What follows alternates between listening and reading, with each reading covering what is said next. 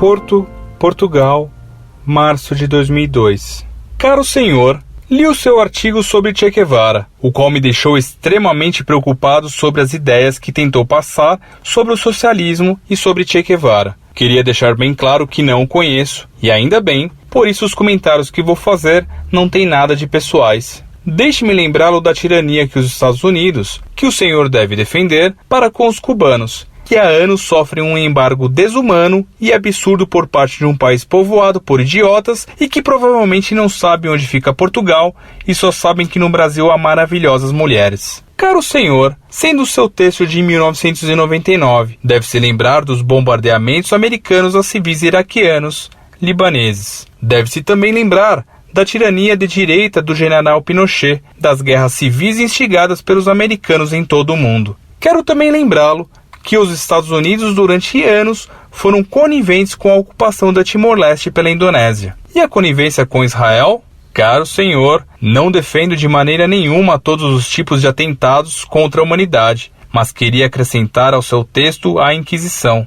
Pois é, não se lembra, pois não? Já foi há muito tempo, não é? Quantas pessoas terá matado a Inquisição?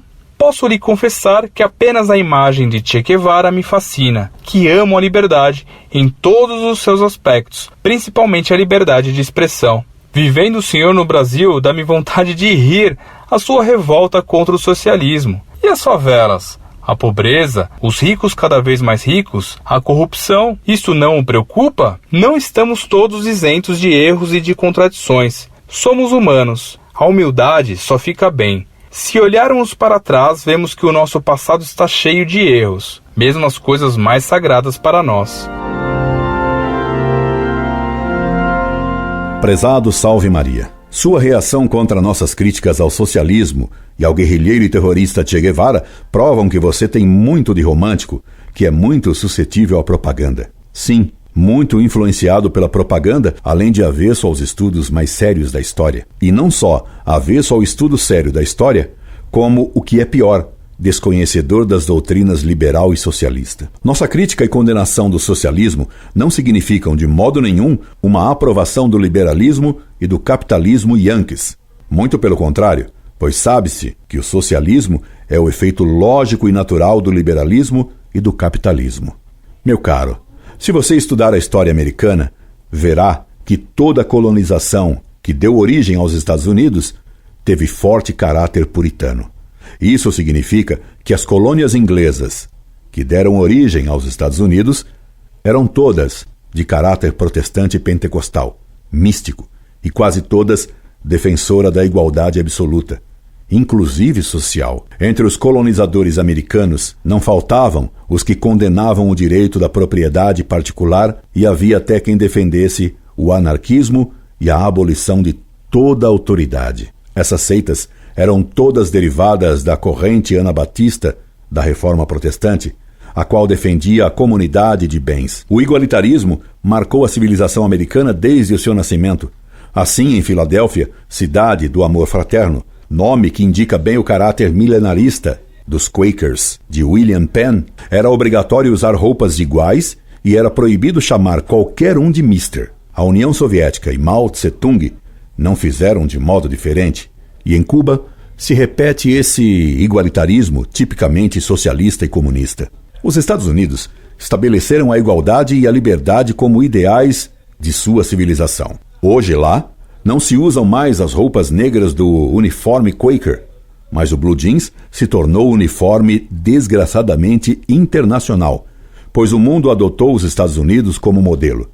Também o hambúrguer, a Coca-Cola e o McDonald's são marcas do igualitarismo yankee triunfante em todo o mundo, desgraçadamente americanizado. Considerando esse igualitarismo americano, fica mais compreensível porque a Revolução de Lenin tenha recebido financiamento de bancos de Wall Street e que o presidente Wilson tenha visto a Revolução Bolchevista de Lenin na Rússia como um fato auspicioso para a humanidade. Esse mesmo presidente, Woodrow Wilson, forneceu então a Lenin uma ajuda de $300 mil, quantia que em valores atuais seria bem mais elevada. Foram os Estados Unidos que sustentaram o governo bolchevista e que salvaram a União Soviética na Segunda Guerra Mundial. fornecendo-lhe ajuda de 11 bilhões de dólares, quantia que a União Soviética jamais devolveu. Foi Roosevelt quem deu a Stalin o direito de ocupar 11 países na Europa, acabando neles com a liberdade de expressão tão cara à mentalidade americana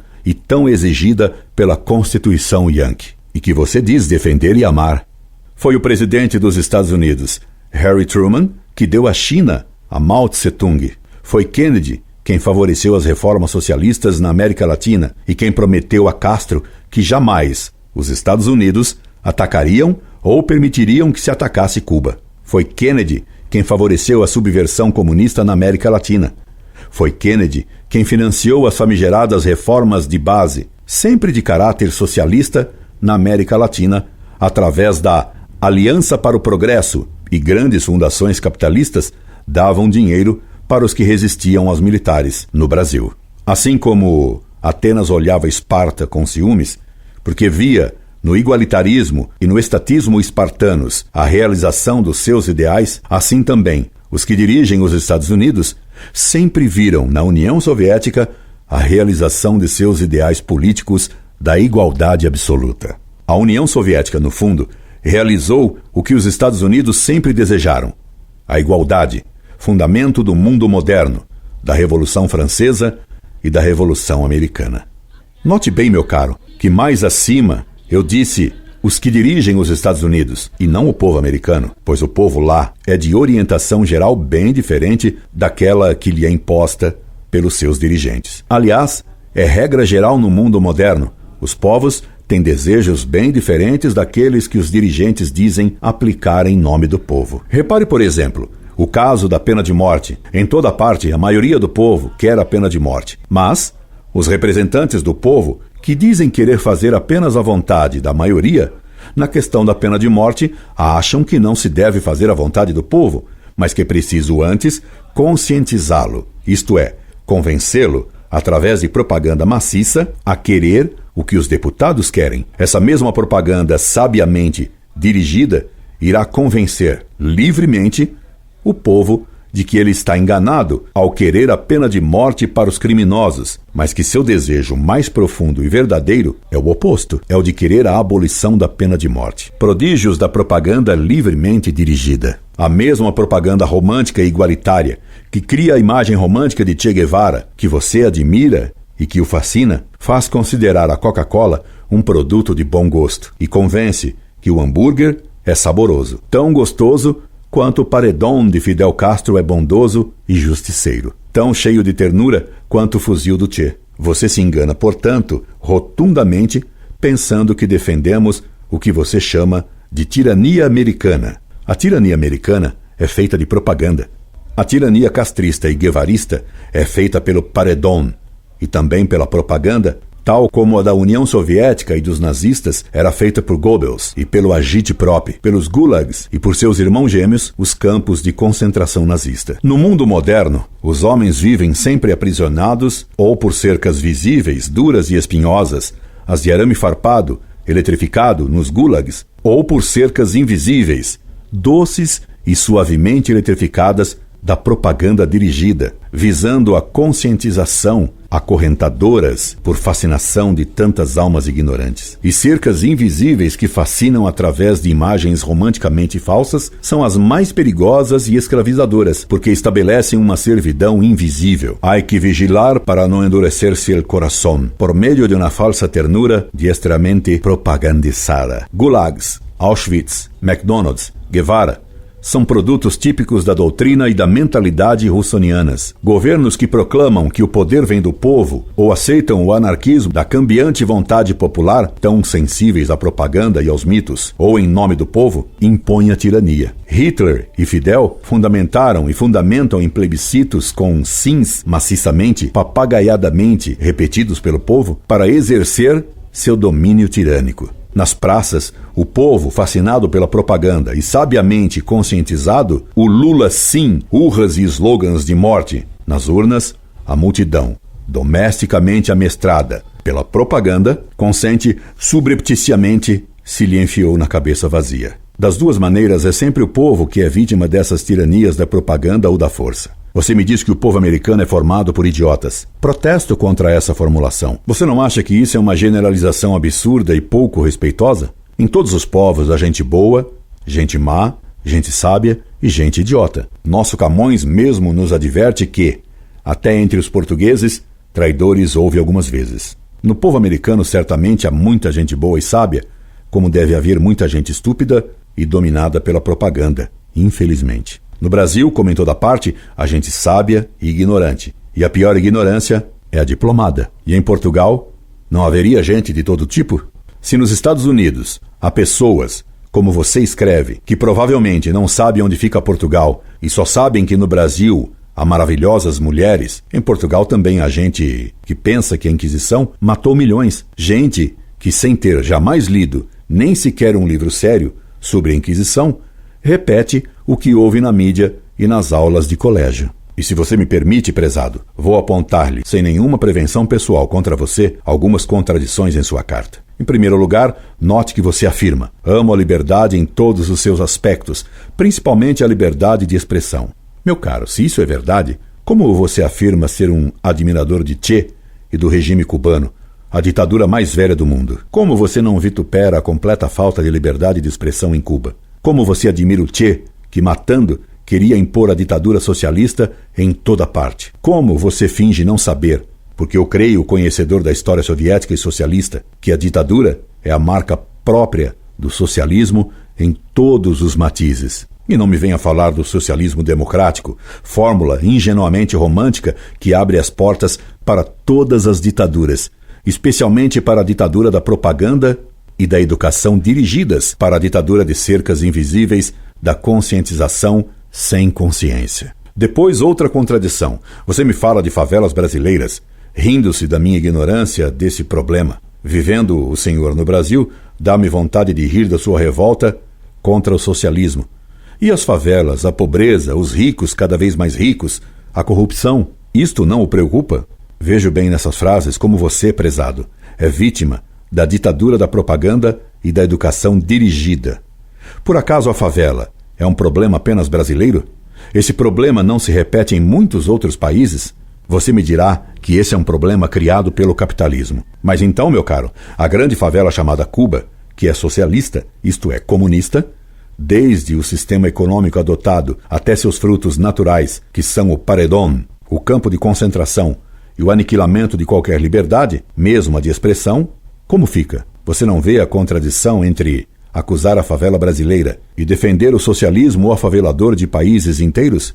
Meu caro, seu esquecimento de que Cuba é um favelão seria de fazer rir se não fosse tragicamente triste.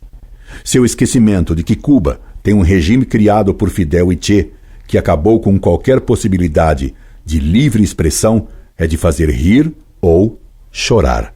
Dir-me-á você que Cuba está reduzida a uma grande favela pelo embargo americano. Esse embargo, ao que consta, não impede as relações de Fidel com as famigeradas e socialistas FARC, aliadas do cartel de Medellín, controlador do Atlântico, controlador do altamente lucrativo e altamente corrupto comércio de drogas. E você se esquece do favelão a que a economia socialista reduziu o leste europeu? Viaje aos antigos países satélites da Estrela Vermelha Soviética e constate até hoje os efeitos do afavelamento do sistema socialista. E você, que se diz fascinado pela imagem de Che Guevara, não o culpa pela parte de responsabilidade que ele teve na miséria dos países que Cuba ajudou a favelar na África e na América? Você se esquece da miséria em que o comunismo deixou a Etiópia? E Moçambique? E Angola? Não prossigo, porque a lista seria imensa e porque não creio que isso faça chorar seu olho direito. Sim, seu olho direito, porque os fascinados pela imagem de Che só choram com o olho esquerdo. É de fazer rir com a boca inteira e não só com um dos cantos dela. De passagem, veja que várias vezes já sublinhei a palavra imagem e fascinado usadas por você numa confissão implícita de que você é fascinado, isto é, deslumbrado, cego por uma imagem, isto é, por um fantasma, uma figura, uma ilusão criada pelos holofotes da propaganda dirigida. E é bem difícil a quem está fascinado por holofote propagandístico enxergar alguma realidade. Lembre-se de que a pior corrupção não é a corrupção de uma pessoa, e sim a institucionalização da corrupção, que é o que faz o socialismo. Também Robespierre se fazia chamar de incorruptível, assim como a nova classe, produzida pela doutrina de Marx, e que vivia em dachas de luxo ou em casas aburguesadas nas praias do Mar Negro, enquanto o povo se amontoava nas favelas soviéticas quando não entupia os gulags. E você certamente conhece líderes socialistas que não trabalham, se dizem chefe de partidos dos trabalhadores e que não pagam aluguel há muitos anos.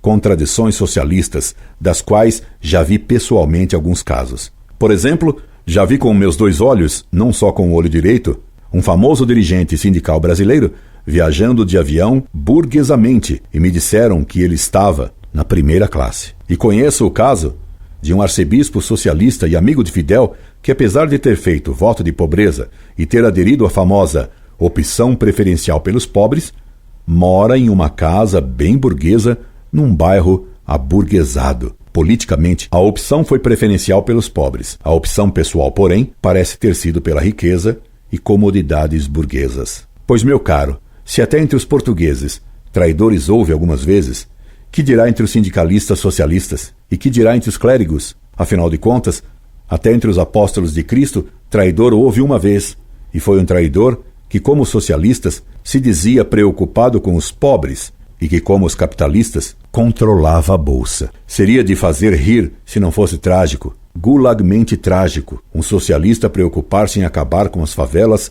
fora do período eleitoral. Você não é candidato a nada aí em Portugal, não? Mas para quem só chora com o olho esquerdo, as vítimas do Gulag não contam. A KGB causa alegria e as cercas de arame farpado são detalhes aprazíveis da paisagem socialista. E os comissários da imprensa são dirigentes de conscientização e nunca violadores daquilo que a Revolução Francesa e o liberalismo proclamam como liberdade de expressão. Chore, meu caro, chore. Chore a corrupção, as favelas, a pobreza e as ilusões de tantos moços enganados pela doutrinação dirigida. Mas, por favor, não chore só com o olho esquerdo. E para aprender a chorar corretamente com os dois olhos que Deus lhe deu, as misérias do mundo moderno, causadas pelo igualitarismo e pelo amor às liberdades de perdição, recomendo-lhe, primeiro, que leia as encíclicas dos papas que condenam os erros monstruosos da peste do socialismo.